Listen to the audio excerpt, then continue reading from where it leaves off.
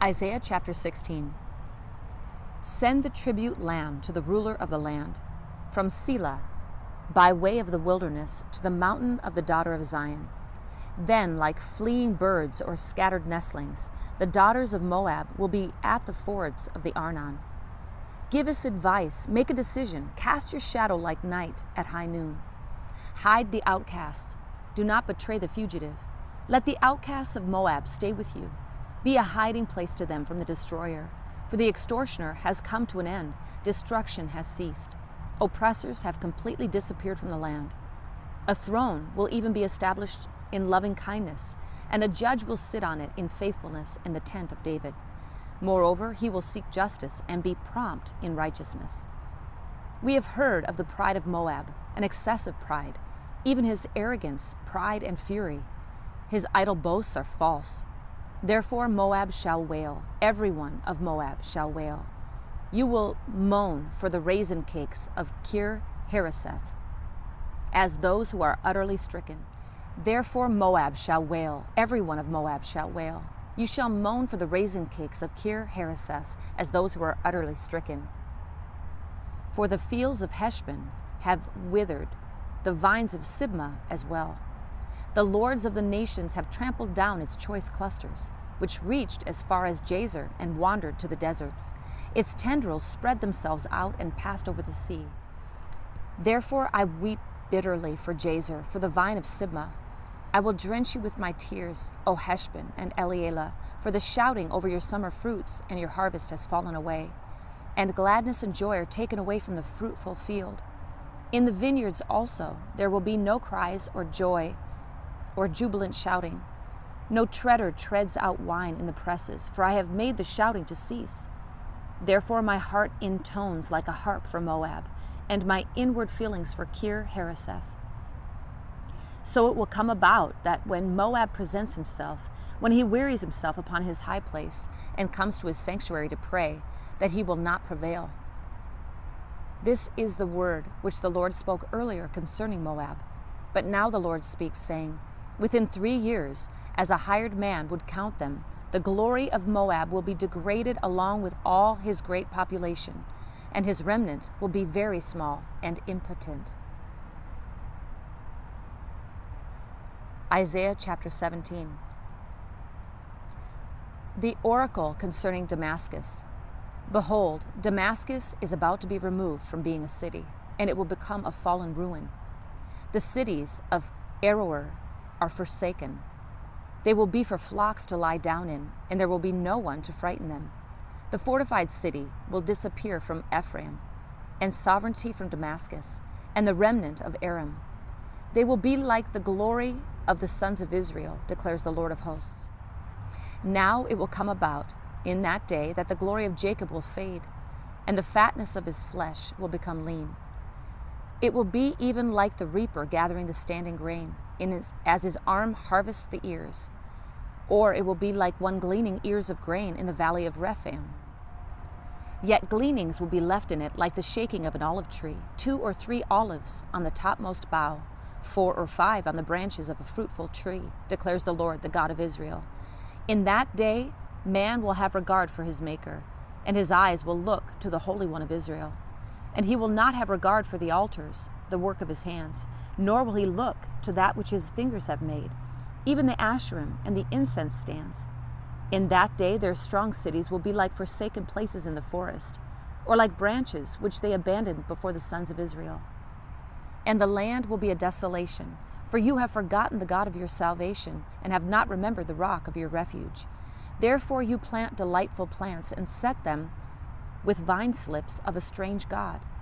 In the day that you plant it, you carefully fence it in, and in the morning you bring your seed to blossom, but the harvest will be a heap in a day of sickliness and incurable pain. Alas, the uproar of many peoples who roar like the roaring of the seas, and the rumbling of nations who rush on like the rumbling of mighty waters.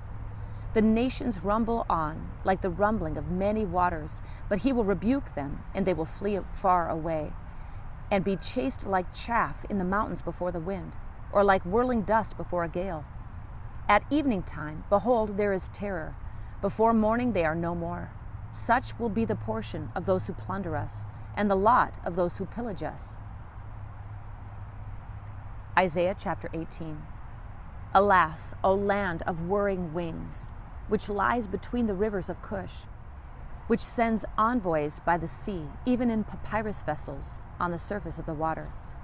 Go, swift messengers, to a nation tall and smooth, to a people feared far and wide, a powerful and oppressive nation, whose land the rivers divide. All you inhabitants of the world and dwellers on earth, as soon as a standard is raised on the mountains, you will see it, and as soon as the trumpet is blown, you will hear it. For thus the Lord has told me. I will look from my dwelling place quietly, like dazzling heat in the sunshine, like a cloud of dew in the heat of harvest. For before the harvest, as soon as the bud blossoms and the flower becomes a ripening grape, then he will cut off the sprigs with pruning knives and remove and cut away the spreading branches. They will be left together for the mountain birds of prey and for the beasts of the earth, and the birds of prey will spend the summer feeding on them, and all the beasts of the earth will spend harvest time on them. At that time a gift of homage will be brought to the Lord of hosts, from a people tall and smooth, even from a people feared far and wide, a powerful and oppressive nation, whose land the rivers divide, to the place of the name of the Lord of hosts, even Mount Zion. Isaiah chapter 19. The oracle concerning Egypt. Behold, the Lord is riding on a swift cloud and is about to come to Egypt. The idols of Egypt will tremble at his presence, and the heart of the Egyptians will melt within them. So I will incite Egyptians against Egyptians, and they will each fight against his brother and each against his neighbor, city against city and kingdom against kingdom. Then the spirit of the Egyptians will be demoralized within them, and I will confound their strategy, so that they will resort to idols and ghosts of the dead, and to mediums and spiritists. Moreover, I will deliver the Egyptians into the hand of the cruel master, and a mighty king will rule over them, declares the Lord God of hosts. And the waters from the sea will dry up, and the river will be parched and dry, and the canals will emit a stench. The streams of Egypt will thin out and dry up. The reeds and rushes will rot away. The bulrushes by the Nile, by the edge of the Nile, and all the sown fields of the Nile will become dry, be driven away, and be no more. And the fishermen will lament, and all those who cast a line into the Nile will mourn, and those who spread nets on the waters will pine away. Moreover, the manufacturers of linen made from combed flax, and the weavers of white cloth will be utterly dejected, and the pillars of Egypt will be crushed. All the hired laborers will be grieved in soul. The princes of Zoan are mere fools. The advice of Pharaoh's wisest advisers has become stupid. How can you men say to Pharaoh, I am a son of the wise, a son of ancient kings? Well then, where are your wise men? Please, let them tell you, and let them understand what the Lord of hosts has purposed against Egypt. The princes of Zoan have acted foolishly. The princes of Memphis are deluded. Those who are the cornerstone of her tribes have led Egypt astray. The Lord has mixed within her a spirit of distortion.